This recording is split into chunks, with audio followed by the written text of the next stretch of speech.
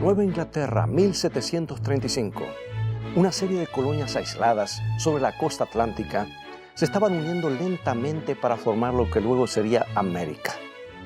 En la iglesia congregacional de Northampton, Massachusetts, comenzó un revelamiento para que pronto provocaría el gran despertar.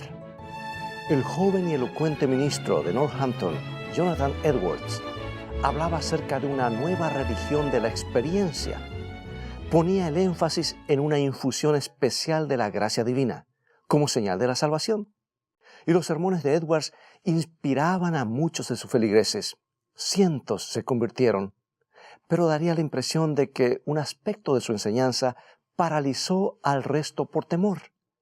Habían caído presos de una atadura espiritual que continúa inmovilizando a muchos hoy en día.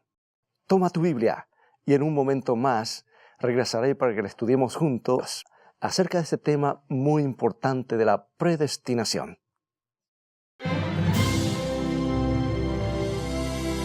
Escrito está: declara el mensaje final de Dios para nuestro tiempo, presentando al Cristo viviente como la respuesta a nuestras más profundas necesidades. Escrito está, con el pastor Robert Costa. Predestinados para elegir. Mientras Hester Williams caminaba lentamente hacia la iglesia, el cielo sobre su cabeza parecía especialmente lóbrego. Hacía frío en Northampton. Hester avanzaba con dificultad sobre la capa de medio metro de nieve. Saludó a un transeúnte con una sonrisa, pero en su interior, esta joven mujer se estaba sintiendo terriblemente angustiada. No podía avisorar una salida para sus problemas. Pocas semanas antes, Hester había experimentado lo que consideraba como una infusión de gracia divina. Y después de uno de los servicios de Jonathan Edwards, quedó extática con la sensación del amor de Dios. Le parecía que el Salvador era muy cercano. Pero después de esta transportación de entusiasmo, como se lo llama, llegó un periodo de letargo y depresión. El pastor Edwards solía advertirles de que el diablo también producía experiencias de éxtasis. Y Hester se preguntaba si su entusiasmo habría sido un truco satánico o había sido tocada realmente por el Espíritu de Dios. ¿Cómo podía saberlo? Y antes que nada, Hester quería tener la seguridad de que se encontraba entre los elegidos de Dios. Jonathan Edwards enseñaba que algunos están predestinados para la salvación y otros lo están para la perdición. Y el destino eterno de cada uno no depende de nuestras decisiones. Y Edwards también enseñaba que no había manera de saber si estábamos entre los elegidos o no. O sea que una persona podía vivir de la manera más piadosa y moral y estar, sin embargo, destinado inevitablemente a la condenación. Bueno, Hester Williams dejó atrás el frío e ingresó a la iglesia de Jonathan Edwards con la esperanza de que ese domingo pudiera ser diferente, esperando que algún rayo de certeza pudiera alcanzarla. Pero cuando el reverendo Edwards se levantó y predicó su discurso, las esperanzas de Hester se desvanecieron. Edwards estimuló a la congregación para adherir a todos los requerimientos de la vida cristiana, pero solo para estar seguros de una cosa, que no habían cometido ningún acto que les impidiera llegar al cielo. El ministro resumió su posición con estas palabras. Dijo: es mucho mejor alimentar la posibilidad de ser salvos que la certeza de la perdición. Bueno, el servicio terminó. Hester caminó en silencio, sin esperanzas, hacia el frío exterior. Para ella había comenzado la parálisis de la predestinación. He inventado el personaje de Hester Williams como ejemplo de las muchas personas reales que han sufrido esas terribles ataduras espirituales. Ahora nos preguntamos, ¿cómo surgió esa doctrina? ¿Cómo podían los cristianos creer que Dios sería tan arbitrario y a la vez injusto? Bueno, para comprender la predestinación, debemos regresar a uno de los grandes reformadores, Juan Calvino. Calvino era un talentoso teólogo que tenía gran estima por la soberanía de Dios. Para Calvino, Dios era el gobernante absoluto, el rey omnipresente, cuya voluntad no podía resistir. Y Calvino razonaba que si el Todopoderoso controlaba todas las cosas, entonces el hombre no podía actuar independientemente de él. Y para Calvino la soberanía de Dios eliminaba la libertad del hombre. Y este reformador, reaccionando ante la iglesia medieval con todas sus penitencias y ceremonias destinadas a obtener salvación, eso es lo que hizo. Calvino afirmaba con vehemencia que la salvación proveniente solo de Dios, proviene solo de Dios y solamente por gracia. Las obras del hombre no tienen nada que hacer, decía Calvino. Pero ese encomiable énfasis en la gracia de Dios llegó a excluir la decisión del hombre. Así que, de esta manera, la predestinación estricta nació como doctrina. Desde los tiempos de Calvino se ha diseminado de distintas maneras, de distintas formas. Pero la parálisis espiritual parece ser el resultado inevitable. La gente comenzó a comprender que si el destino ya está decidido, no tiene mucho sentido tratar de modificarlo. ¿Para qué luchar entonces? ¿Por qué pelear contra el pecado? El resultado ya está determinado. ¿Y para qué orar? Y cuando el hijo de Jonathan Edwards cayó enfermo con una fiebre intensa, se vio obligado a orar por misericordia, pero solo porque ese era su deber. Y un contemporáneo de Edwards, llamado Benjamin Franklin, vio la incongruencia de todo esto. Razón que si todas las cosas estaban ya decididas, la oración entonces era absurdo, era inútil. Amigos, la creencia de una predestinación rígida también ayuda a demorar el comienzo del movimiento misionero moderno en el siglo XIX.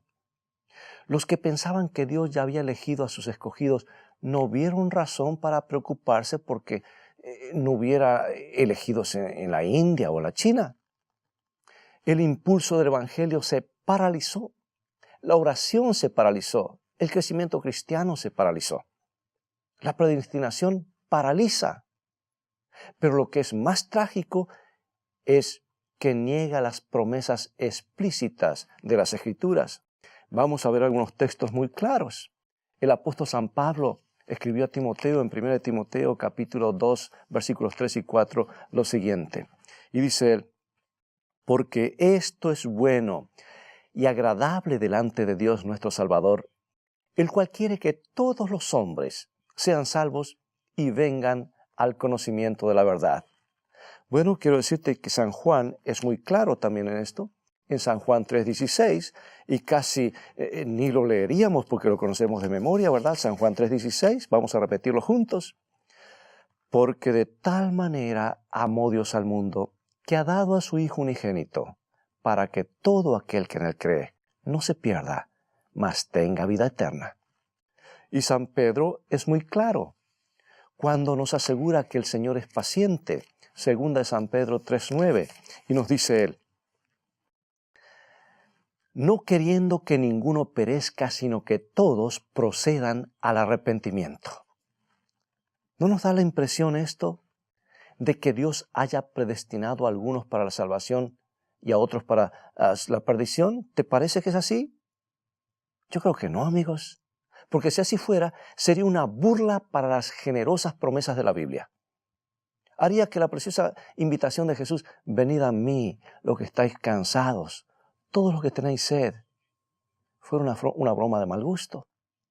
Bien, en vista de las claras promesas de las Escrituras, muchos abandonaron la idea de una predestinación rígida. Sencillamente no podían creer que el Padre Celestial fuera a enviar a cierto número de sus hijos al infierno arbitrariamente. Pero sobrevino una forma de predestinación modificada, ¿sabes? Vino de lo que Calvino había llamado la preservación de los santos. Se lo conoce más popularmente como seguridad eterna.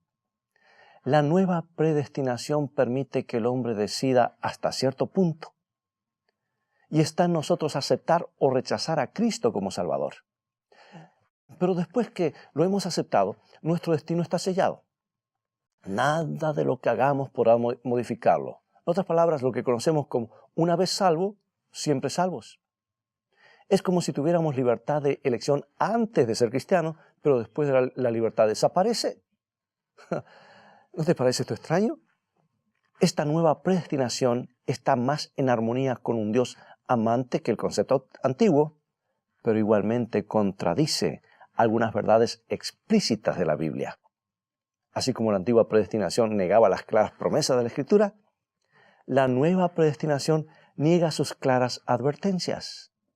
El escritor de Hebreos es claro y nos advierte en Hebreos capítulo 10, versículo 26 y 27, lo siguiente: porque si pecáramos voluntariamente después de haber recibido el conocimiento de la verdad, ya no queda más sacrificio por los pecados, sino una horrenda expectación de juicio.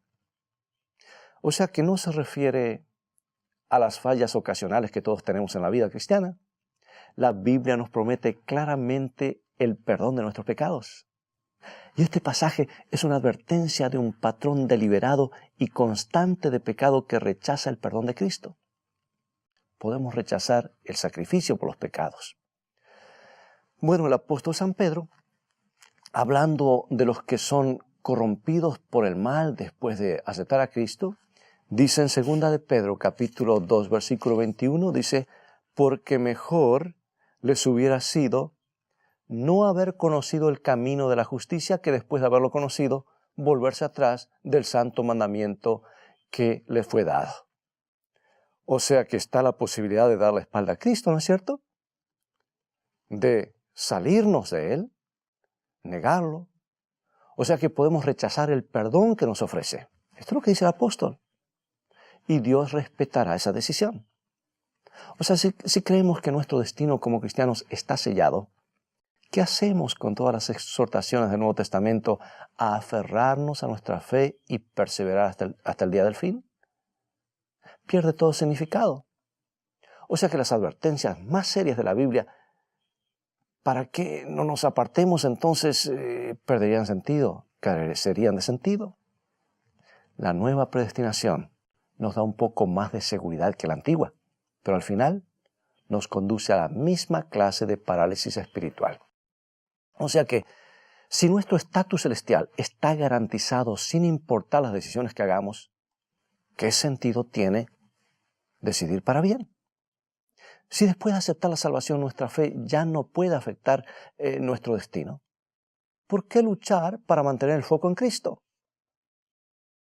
O sea, la antigua predestinación paralizaba a las personas con la inseguridad y el temor, y la nueva las paraliza con la complacencia. La antigua llevaba a muchos a un legalismo desesperado. La gente producía buenas obras como señal de que estaban entre los elegidos. Y la nueva estimula el letargo espiritual. Las personas pierden el sentido del elevado llamado de Dios. ¿Hay alguna otra alternativa? ¿Hay forma de evitar tanto el legalismo como el letargo? Yo creo que en la Biblia nos muestra la salida de la parálisis espiritual. Es el sendero de la elección, el camino de la libertad bajo un Dios soberano. Y creo que ese es el camino que nos señala toda la revelación de Dios. Sin libertad de elección, muy pocas cosas tienen sentido en la Escritura, ¿sabías? De paso, Jesús murió para hacernos libres, para poder elegir. Podemos verlo desde el mismo comienzo en el jardín del Edén. ¿Por qué cayó aquel mundo perfecto? ¿Por qué el dolor y la muerte entraron en la escena que Dios mismo había dibujado? Porque dos seres humanos, Adán y Eva, tomaron una decisión. No estaban en el paraíso como robots. Dios no forzaría su obediencia. Tenían la libertad para elegir un plan alternativo al de Dios. Y esa opción resultó en una gran tragedia. Pero Dios igualmente le pidió que al hombre que eligiera libremente un destino mejor. Y amigos, consideren esta larga historia. Quisiera que des un vistazo a los israelitas. Mira su historia. Oscilaban entre la idolatría y el culto a Jehová, entre el cumplimiento del pacto y la disolución moral. Israel padeció una gran cantidad de desastres y otras tantas liberaciones. ¿Por qué? ¿Estaba el poderoso jugando algún juego con el pueblo cuyo destino ya había sido decidido? No. Los libros de Jueces nos dicen claramente, y Reyes y Crónicas dejan claro que las decisiones de Israel eran muy importantes. Los israelitas vieron muy gráficamente los resultados de elegir a favor o en contra de Dios. Podían decidir su propio destino, aunque Dios ya los había elegido. Y en la cumbre del Monte Carmelo el profeta Elías les presentó muy claramente las dos opciones. Allí estaban los sacerdotes de Baal, danzando frenéticamente, lacerándose a sí mismos, clamando a los gritos que su Dios aceptara el sacrificio animal. Y allí también estaba Elías, orando con fe y recibiendo una impresionante respuesta del cielo. En esa montaña, Elías hizo un llamamiento que está registrado en el libro primero de Reyes, capítulo 18, versículo 21, y dice así: ¿Hasta cuándo claudicaréis vosotros entre dos pensamientos? Si Jehová es Dios, seguidle, y si Baal, id en pos de él. O sea que el profeta quería que ellos tomen una decisión. Israel tenía remedio para su letargo espiritual. Había una opción para el grave legalismo de los sacerdotes de Baal. Tan solo debían tomar una decisión. Todos los mensajes de los profetas descansan sobre esa suposición que sus oyentes tienen la capacidad de decidir. Esa es la razón por la cual Dios nos suplica encarecidamente. Escucha el mensaje divino que está en Isaías capítulo 65, versículo 2. Isaías 65, 2. Extendí mis manos todo el día a pueblo rebelde, el cual anda por caminos no buenos, en pos de sus pensamientos. Y Jesús continuó el elocuente llamado de Dios. Escucha su voz resonando en el templo de Israel. Esto se encuentra en San Mateo capítulo 23. Él les decía: Jerusalén, Jerusalén, ¿cuántas veces quise juntar a tus hijos como la gallina junta sus polluelos debajo de sus alas y no quisiste? No quisiste. ¿Sabes? El amor no puede forzarse. Dios rehúsa a forzar nuestra lealtad. Debe ser espontánea y libre. Amigos, aquí yo quiero hacer una pausa y decirte algo que está dentro del marco del gran conflicto. Supongamos que Dios ya dice, cada uno ya eligió, cada caso está decidido. ¿No tendría el diablo en el juicio motivos para decir y argumentos para decir que Dios actúa en forma arbitraria y no los deja elegir a ellos, sino que lo está haciendo actuar como robot? Él elige por ellos. ¿Ves que hay mucho detrás de esto? Hace falta que regresemos a la palabra de Dios para dejar hablar a la Biblia por sí mismo y no agregarle nuestros pensamientos, nuestras ideas. Es por eso que los apóstoles entregaron sus vidas para llevar el evangelio a toda nación, tribu, lengua y pueblo. Porque todos deben tener la oportunidad de tomar una decisión. Y esa es la razón por la cual las epístolas del Nuevo Testamento están llenas de poderosos llamados. Ellos querían que sus oyentes eligieran a Cristo, decidieran por su camino, optaran por su servicio. En el corazón de todas estas exhortaciones está la libertad de elección. Ahora, ¿cómo ves? Nuestro todopoderoso Padre Celestial tiene la grandeza de crear agentes morales libres.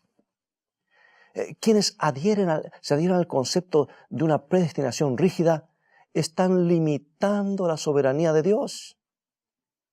Y con esa idea Dios solo puede hacer santos, perfectos o pecadores perdidos.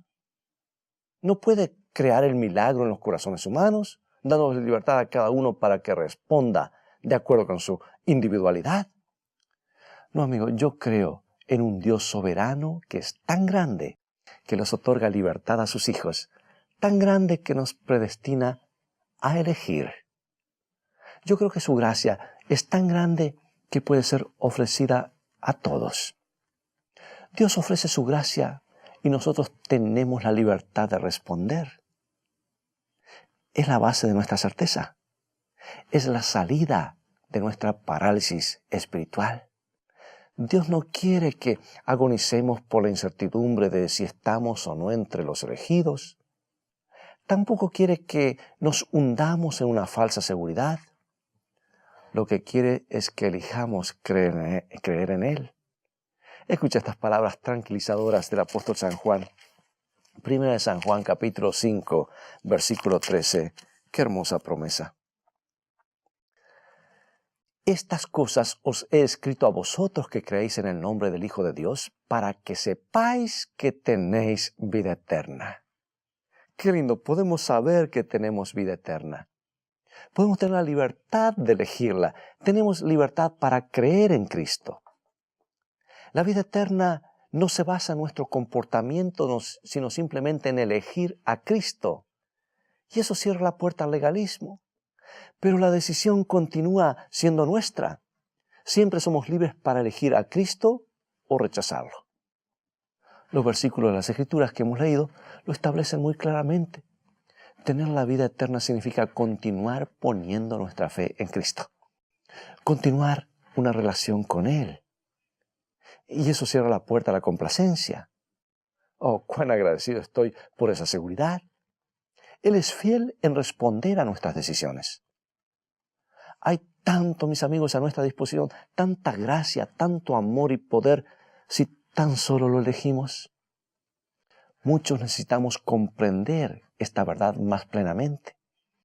Es que aún después de reconocer en nuestra mente que nuestro destino no está sellado, una cierta clase de parálisis persiste en nuestras acciones. Puede que hayamos llegado a ser muy pasivos en nuestra relación con Dios. Es cosa buena esperar en el Señor, en el sentido de buscar su guía, pero hay creyentes que convirtieron la espera en vocación. Están esperando que algún milagro les aumente la fe, mientras que la palabra que construye la fe junta polvo sobre la mesa de la cocina. Están esperando que la lluvia tardía caiga sobre ellos, así pueden darle testimonio a su vecino, el mismo al que nunca le dicen una palabra. Están esperando que ocurra un derramamiento del Espíritu Santo capaz de sacarlos de sus sillones y ponerlos en acción. Pero siempre están esperando. Escucha, amigo y amiga, la vida cristiana no es así. Dios responde a nuestras oraciones. Él ya ha puesto a nuestra disposición todos los recursos que necesitamos. Pero debemos elegirlos. Debemos dar un primer paso. Entonces Dios nos responderá y hará que sucedan grandes cosas. El señor Goldberg, un ateo alcohólico, tuvo que dar un paso. Su problema con la bebida lo había obligado a buscar la ayuda de un pastor cristiano. El pastor le preguntó si podía considerar al menos la posibilidad de que Dios pudiera ayudarlo. ¿Estaría dispuesto a reconocer su falta de fe e iniciar una experiencia con la oración? Bueno, Goldberg fue confrontado con una elección. Podía seguir siendo ateo o podía dar un paso hacia Dios. Pero él no estaba seguro que estuviera allí. Goldberg decidió dar este paso. Comenzó a orar cada mañana diciendo: si eres quien la Biblia dice que eres, dame el poder para vencer mi problema con la bebida. Y esa oración era un paso muy pequeño, dado con muy poca fe, pero Dios respondió. Goldberg encontró el poder para dejar de beber. Su asombro se convirtió en fe y aceptó a Cristo como su Salvador. Adoniram Judson Gordon también tuvo que dar un paso de fe. Era un conocido ministro de Boston y debió enfrentar aún en su ministerio lo que él denominó una creciente fatiga y desesperanza del espíritu. Así decía él. Todos sus esfuerzos parecían inútiles. Se volvió tan ansioso que su salud se deterioró. Gordon no esperó estar en plena caída para ver si sucedía algo con su vida espiritual. Tomó una decisión. Comenzó a dedicarle un tiempo especial a la oración y al estudio de la Biblia. Y Dios le respondió. Porque, amigos, cada vez que abrimos este libro, no somos los mismos. Dios comienza a responder.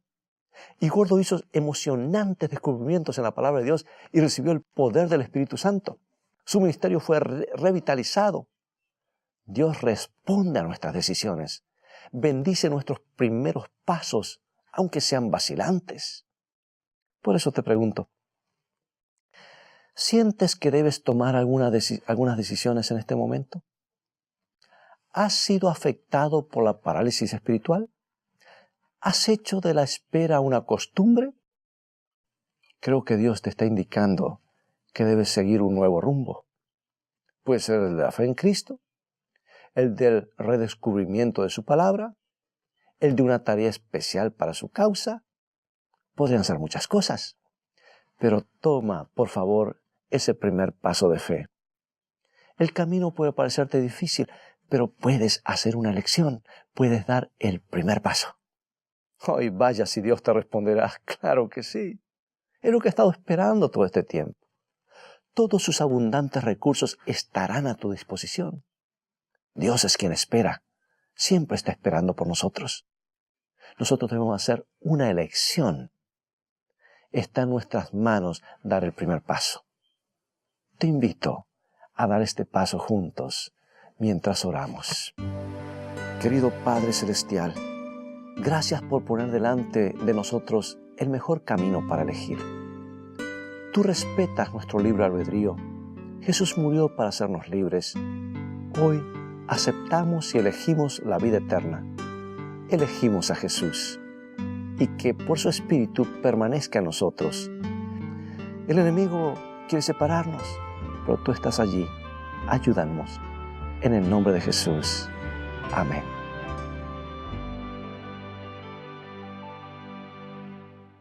Si tu anhelo es ser feliz, tener paz y seguridad en tu vida, debes ir a la palabra de Dios. Pues felicidad comienza con fe, y la fe viene por oír y estudiar la palabra de Dios. Visítanos en nuestro sitio de internet escritoestá.tv, donde encontrarás abundancia de materiales y estudios bíblicos que te ayudarán en tu caminar diario con Dios, a conocer mejor a Jesús y a gozar de un compañerismo real con Él. También podrás gozar de los devocionales cortos Una mejor manera de vivir. Son como perlas de esperanza y ánimo para comenzar cada día tomado de la mano de Dios. Visítanos ahora mismo en escritoestá.tv. Dios te bendiga y recuerda, tú vales mucho para Jesús. Él te ama más de lo que puedes imaginar.